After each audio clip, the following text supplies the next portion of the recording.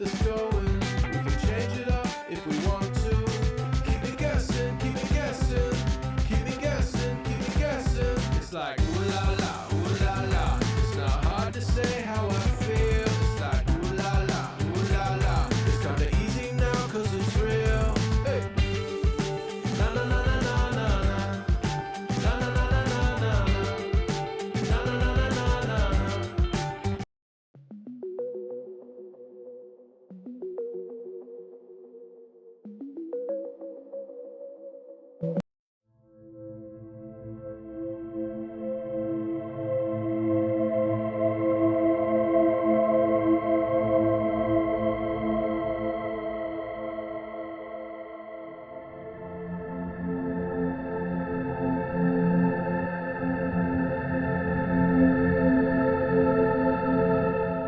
Well, hi everybody. How are you?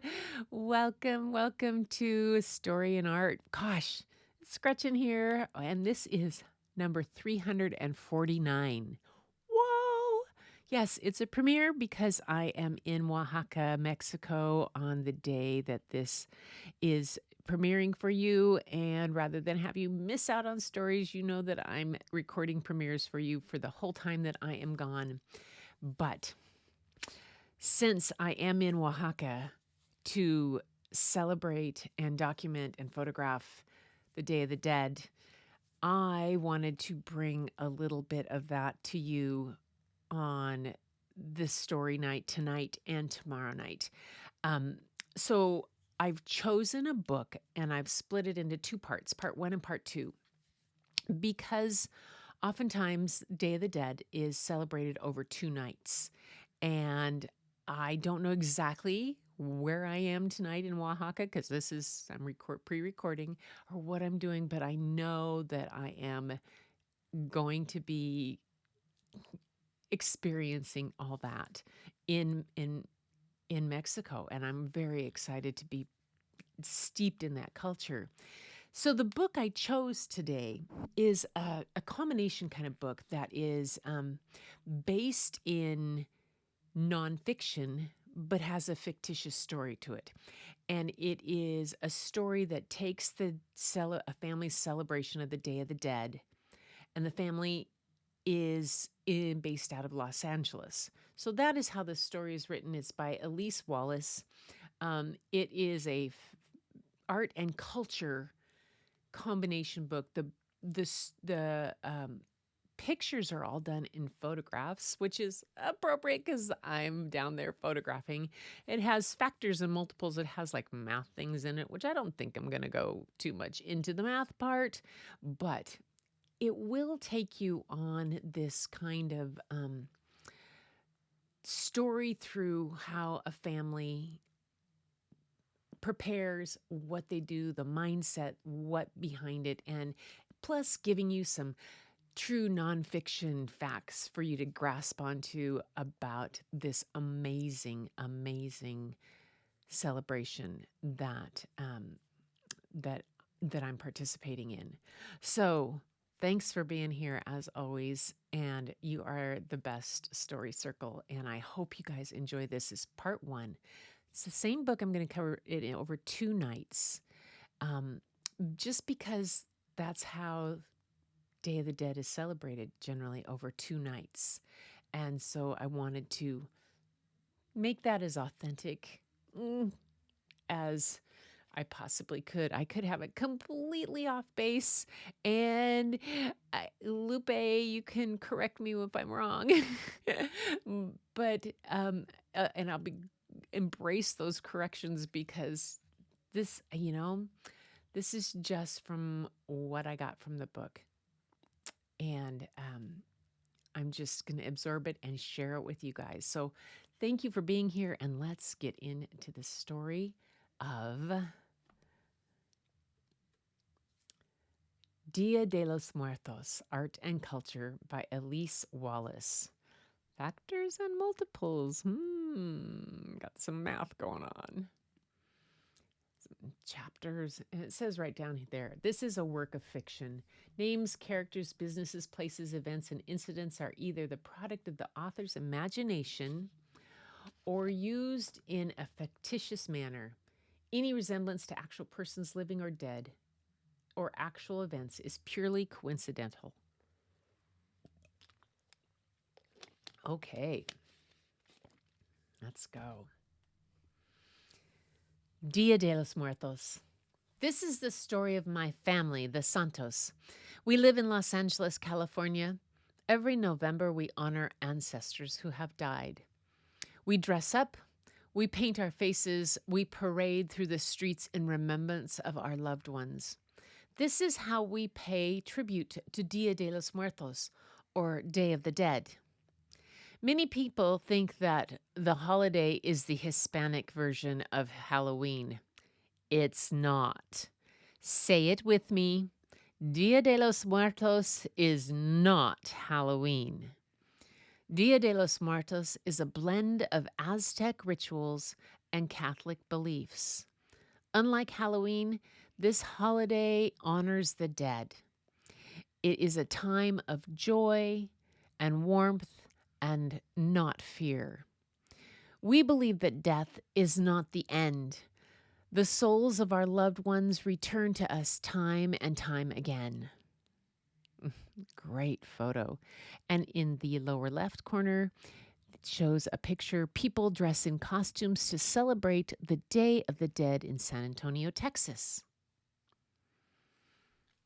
And in the picture in the upper right, chocolate skulls with colorful icing are used to decorate ofrendas and cemetery tombs. Preparing the ofrenda. Dia de los Muertos should be called Days of the Dead. In many places, festivities can last up to a week. However, most people observe the holiday on just 2 days, November 1st and 2nd. This past year has been difficult. My grandma died a few months ago. She was the life of our family. She was famous for her cooking. She brought us together with her delicious meals, and today we prepare for her return. There is still much to do. We are busy cleaning every nook and cranny of our home. The house must be perfect before we set up the ofrenda or altar. Ofrendas are a big part of honoring our dead on Dia de los Muertos. Ofrendas include many items. The way they are arranged can vary. Usually they include food, water, and flowers. They also include candles and incense. Our ofrenda has 2 levels. The top level represents heaven. The lower level symbolizes earth. We will decorate our ofrenda with pictures of our loved ones and other items like incense, flowers, and sweetbread. Before we can place anything, I need to find the tablecloth. This will be the base of the ofrenda. Rosa, where is the tablecloth? I call out. I can't find it anywhere. Look harder, Carlos, my sister says. I'm busy making the mole. Oh, okay, just an aside here, folks. Mole is my favorite of all Mexican foods, and Oaxaca is famous for it. Okay, I respond. I know my sister wants the mole to be just right. It was our grandma's special dish. She cooked it every holiday. It is a hard meal to recreate, and my sister isn't the best cook. It says, let's explore math. Food is an important part of Dia de los Muertos. Families often bake sweet bread called pan de muerto or bread of the dead. Oh, see, it's got a math problem. Mrs. Santos bakes 12 loaves of pan de muerto. She wants to place an equal number of loaves in bags. Find all the possible ways she can prepare the bags by defining the factors of 12. Identify the number of bags and the number of loaves in each bag. No, didn't know I was going to do a math problem, and I'm not going to do a math problem for you guys. Somebody else. Is there an engineer in the crowd? A math brain? Storyteller here. Math brain out there, I bet. I find the tablecloth and set it on the ofrenda. Now it is time to place the photographs. I've chosen 3 photos of my grandma. The first is from her wedding day. She looks so young and happy. The second is a portrait of my grandma with her sisters. The third is a photo of her with me on my birthday. I place each photo in the middle on the middle level of the altar. Mijo, can you bring in candles from the garage? My mother asks. Oh, and I need you to get the, campasuchiles? Oh, sempasuchiles. I was close. Sempasuchiles. Sempasuchiles are a special kind of marigold. They are not found in our garden. We buy them just for the ofrenda. I will cover the ofrenda with them. Then a candle will be lit for every family member we have lost. Of course, do you have Grandma's favorite shawl and Grandpa's hat? I reply. My mother nods. Yes, they are in a basket next to the candles. When we honor our ancestors, we make sure to fill the ofrenda with things they loved. We include their favorite foods, clothes, and other items. Another Let's Explore math. Thousands of marigolds are used during Dia de los Muertos. They are thought to guide spirits to ofrendas with their color and scent. Carlos needs to buy 24 marigolds from the flower shop.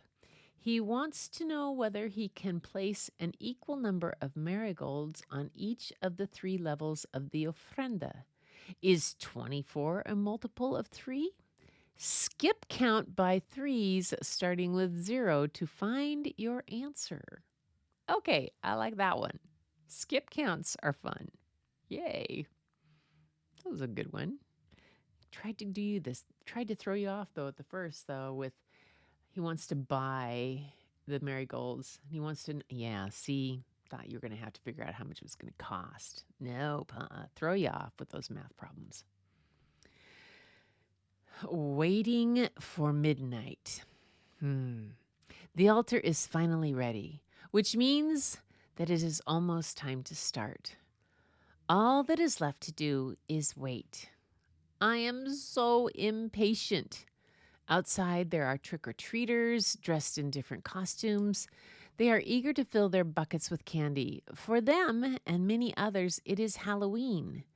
For those who celebrate Halloween, the dead are thought to be scary. It is a holiday of thrills and chills, but for my family, the day means something very different. We believe that at midnight on October 31st, the first souls of the dead come back. These are souls of people who died as children. My family has not suffered this loss, but we do light a candle for those who no longer have family to remember them. November 1st is also known as Day of the Little Angels. A girl celebrates Halloween by wearing Day of the Dead clothing. The clock in our hall chimes. It is midnight. We gather around the ofrenda. Rosa lights the candles. The floor is strewn with marigold petals. Day of the Little Angels has begun. Mom, I have a question. I begin. Do people celebrate Day of the Dead everywhere? The holiday is celebrated in many places, my mom smiles, but is most popular in Mexico. It has a complex history, my dad adds. The holiday combines Aztec and Catholic beliefs. I remember learning about the Aztecs in school. They were indigenous to Mexico. They built a powerful empire over 600 years ago. Then the Spanish invaded and brought their customs with them. My parents tell me that the Aztecs believed in a goddess called Lady of the Dead. They honored the dead for an entire month. The Aztec world changed in the 16th century. Over time, Aztec rituals and Catholic holidays blended. Day of the Dead is a good example of this. We celebrate it on All Souls Day, a Catholic holiday. Wow, that's an Aztec artifact, it says, and then the picture says a man performs in Dia de los Muertos festival. Beautiful. I love that. That whole costume. I want to hear more about the Aztecs, but it's time for bed. Early the next morning, we visit and clean my grandma's grave. My father plays guitar while we sing. We stay at the cemetery all evening telling stories about my grandma. My parents tell us stories about what happened before Rosa and I were born.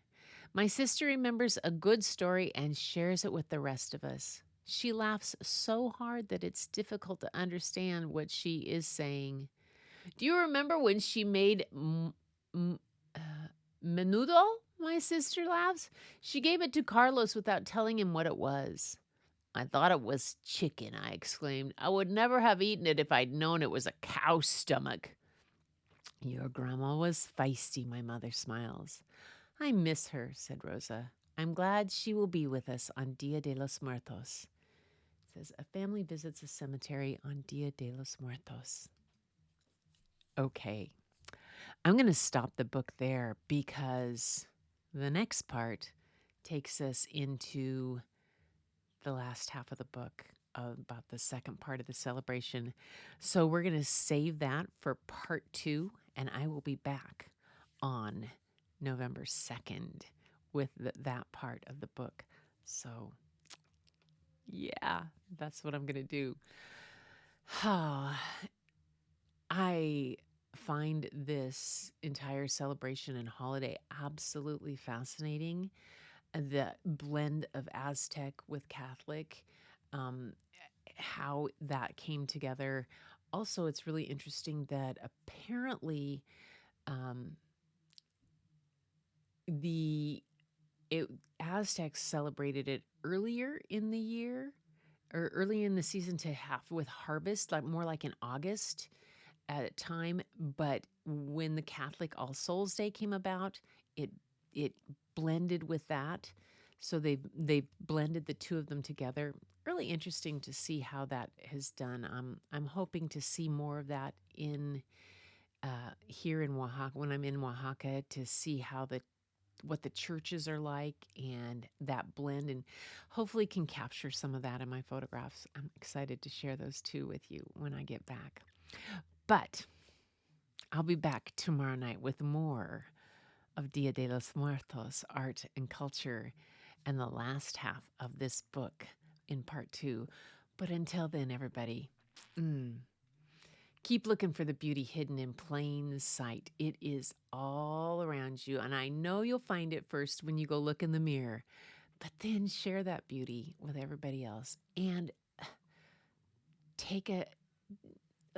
experience the beauty of someone else's culture too.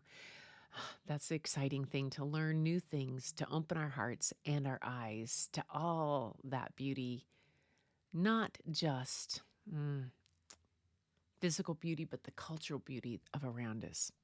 Until next time, everybody, take care, and I'll be back with more stories tomorrow.